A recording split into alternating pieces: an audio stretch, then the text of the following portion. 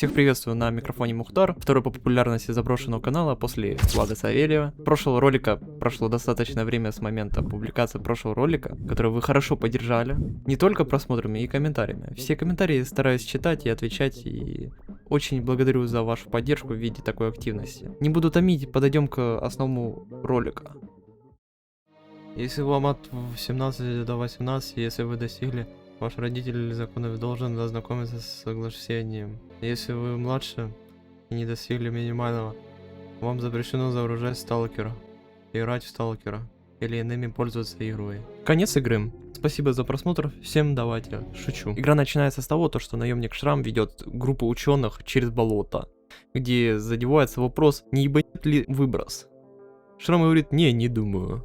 Вот и ебало. После пробуждения мы попадаем на засекреченную базу группировки Чистого Неба. Именно их бойцы нашли Шрама после выброса. Мы на месте также знакомимся с Лебедем, основателем группировки. Лебедев заметил наши удивительные способности тела, терять сознание от выброса. Но радоваться не успеваем, ведь такими дальнейшими разами Шрам может и помереть. После разговора Лебедев дает нам восстановиться и поблуждать по базе. Во время душевного разговора возле местного бара Лебедев созывает к себе. На месте он говорит, что форпост напали. А чтобы Шраму не платить за его спасение, Лебедев отправляет его на форпост для помощи с отбитием. Сука, у меня наушники, блядь, отключились, блядь, разрядились.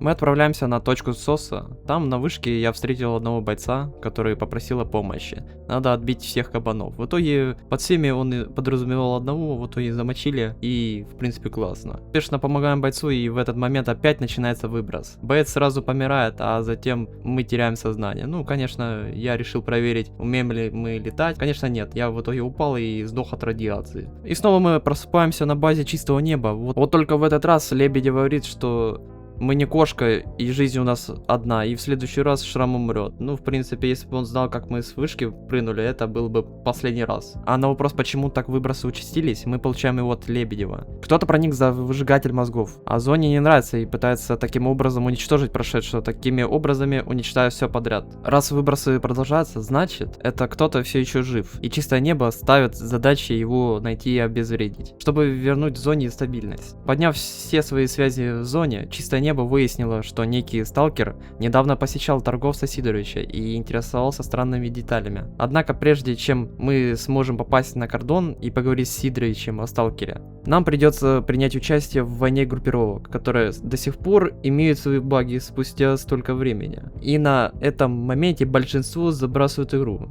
Из-за того, что игра буквально ломается и не продвигает нас дальше по сюжету. Мне также пришлось столкнуться с такой проблемой и задержаться лишний час на болоте, но нашел способ, как ее решить. В моменте ожидания союзников до прибытия я понял, что мои союзники буквально положили болт на меня и просто чилили в сторонке. Как я понял, очень просто, я их нашел застывших в ахуе. А чтобы они так дальше не стояли, я просто их ладно, не важно. По итогу нашлись другие везунчики, и они уже успешно дошли до меня. И так, благодаря нас, ситуация удается переломить, закрепив Чистое Небо на болотах. Проходим кордон и встречаемся с Сидоровичем. Сидорович, конечно, все знает про загадочного сталкера, но за просто так он нам ничего не рассказывает. Поэтому Сидорович требует помочь ему вернуть кейс, который был нагло спрятан у военных, в котором к тому же находится артефакт. Остается только узнать, где он. Через время мы узнаем, что кейс скоммуниздили сталкеры под предварительством отца Валерьяна. Он и его шайка сталкеров-одиночек переправляла товар Сидоровича через военных, совершая с ними сделки. Но в этот раз майор Колецкий, видимо, заметивший, что водяры больше не стало, решил продать товар бандитам. И мало этого,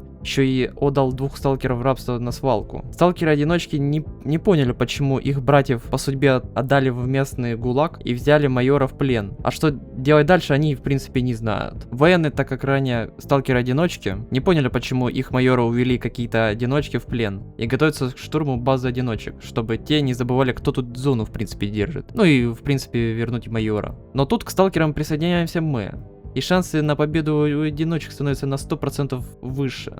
И после нескольких волн военных, которые удачно истреблены, майор все же говорит, где кейс. Шрам отправляется за кейсом, а возле кейса мы находим военного, который был без оружия. Мне как-то стало жалко, и я решил ему помочь.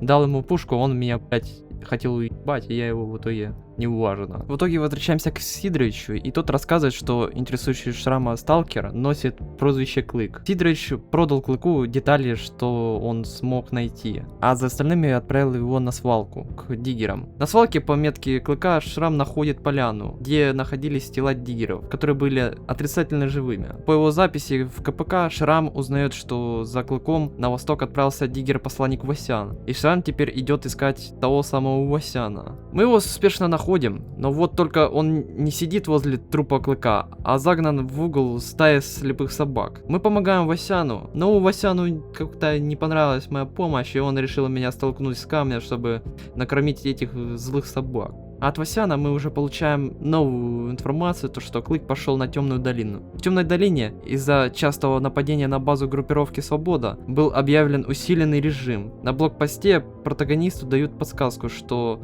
он может получить информацию на базе группировки. Тут Шрам встречается с комендантом базы Щукиным. Комендант отказывает Шраму его предложение, ведь у нас тут карантин. Однако обещают устроить разговор, если Шрам выполнит его задание. Мы выполняем задание Щукина по убийству пси-собак. Я их шатал в рот просто.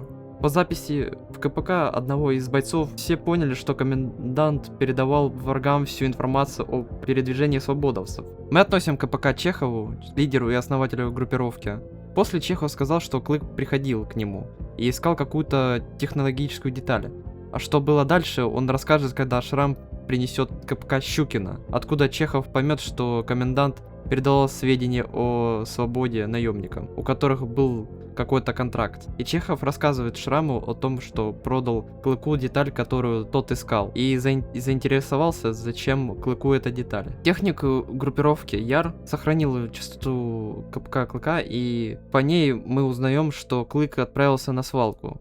И после того, как мы оказали помощь в борьбе с наемниками, отправляемся за Клыком. На свалке по метке КПК Клыка мы попадаем в подвал, где нас оглушили бандиты и забрали все снаряжение с деньгами и убежали. Ну, максимум они только забрали мой сломанный бронежилет и деньги. Бронежилет похер, но деньги как-то жалко, и в итоге я вернулся к ним на поляну и сделал их отрицательно живыми. Очнувшись, мы находим КПК Клыка в подвале.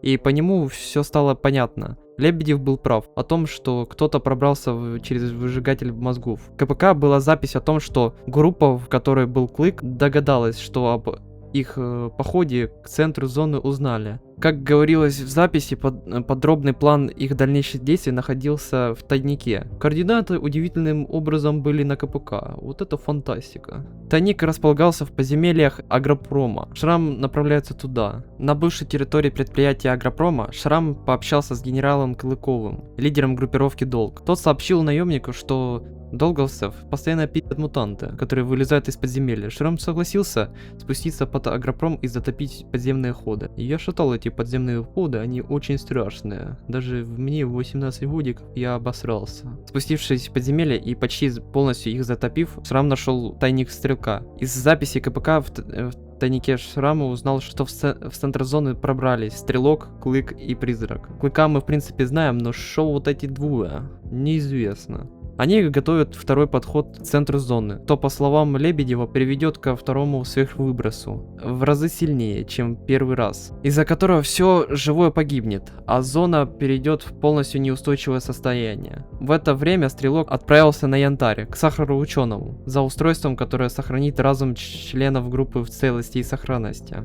На Янтаре Сахаров рассказывает Шраму о том, что Стрелок заключил с ними сделку. Якобы хотел помочь в испытании устройства, пресекающего пси-излучение. Ученые дали ему экспериментальный прототип, и Стрелок отправился на заводскую территорию Янтаря. Однако оттуда он не вернулся, и сигнал, полученным ученым от устройства, был потерян. Сахаров узнал намерение Шрама догнать Стрелка. Рассказал ему, что есть возможность уравновесить уровень пси-излучения настолько, чтобы можно было находиться на территории комплекса. Шрам узнал, что недавно группа сталкеров нашла на заводской территории какую-то технологическую документацию, но вернуться не смогла. Мы отправляемся туда, забираем документы, переносим к Сахарову. По ним Сахаров окончательно понял, что уравновесить уровень пси-излучения возможно. По указанию Сахарова мы отправляемся к отряду сталкеров под руководительством Левши.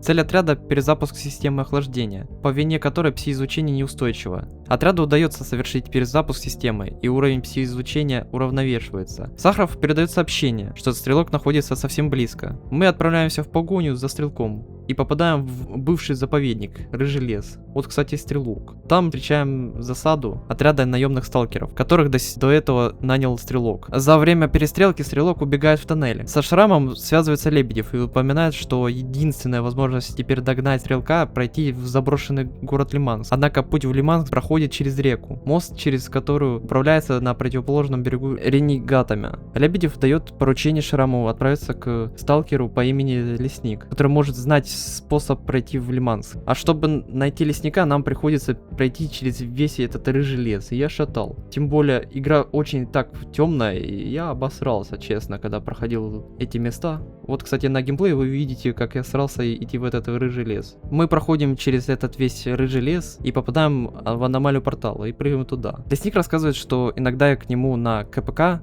поступают просьбы наемников о помощи из Лиманска. Сигнал слишком слабый. Лесник советует нам выйти к армейским складам, где сигнал должен быть лучше. Мы принимаем сообщения от наемников, угодившихся в аномалию, из которой они никак не могут выбраться. После полученной информации, спустившись вниз, я охуел от увиденного. На меня напала стая собак. Возвратившись к леснику и передав ему координаты наемников, Шрам узнал, что подробнее об этой аномалии под названием пространственный пузырь. Лесник рассказал, как сам однажды в него попал, однако там же нашел артефакт, который вывел его из этой аномалии. После него небольшого задания для Шрама принести из старых шахт в лесу артефакт компас, лесник пообещал, что подумает над тем, как вывести наемников из аномалии, и предложил Шраму отправиться на армейские склады, где на базе военных есть мощный действующий радиопередатчик, с помощью которого наемникам можно будет ответить. После большого выброса на базе выжило полтора десятка солдат, которых командирование бросило на произвол судьбы. Не рискую посылать отряды в выведенную из равновесия выбросом зону. После победы над военным Шрам нашел и использовал передатчик, и при помощи инструкции лесника отряд наемников успешно выбрался из аномалии.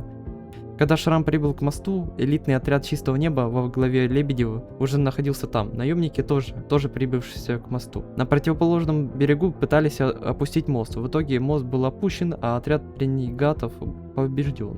Передовая группа Чистого Неба вместе с Шрамом отправились через Лиманск. Там шла настоящая война, так как после открытия второго пути к центру зоны туда отправили свои отряды почти все группировки. Затем, преодолевая препятствия и заслоны группировки Монолит и военных в группе Чистого Неба, удалось пробиться через Лиманск. Путь к центру зоны пролегал через заброшенный госпиталь, где группа Чистого Неба встретили бойцы Монолита. Также Шраму пришлось уничтожить вертолет военных. Вот это был босс-файт, это просто капец. Я просто забагал этот вертолет и просто нашатал ему жестких пуль. После этого наемник попадает на ЧС, где встречается с Лебедевым и его элитным отрядом. Петренко, боец Чистого Неба, передает Лебедеву частоту стрелка, которая находится уже совсем рядом, и тот утверждает ее. К сожалению, добраться до стрелка не представляется возможным. На ЧС повышенный уровень пси-излучения, однако стрелок в безопасности из-за устройства, которое выдал ему Сахаров. Шраму выдают электромагнитное ружье гаусс-пушку, чтобы он уничтожил защитное поле вокруг стрелка,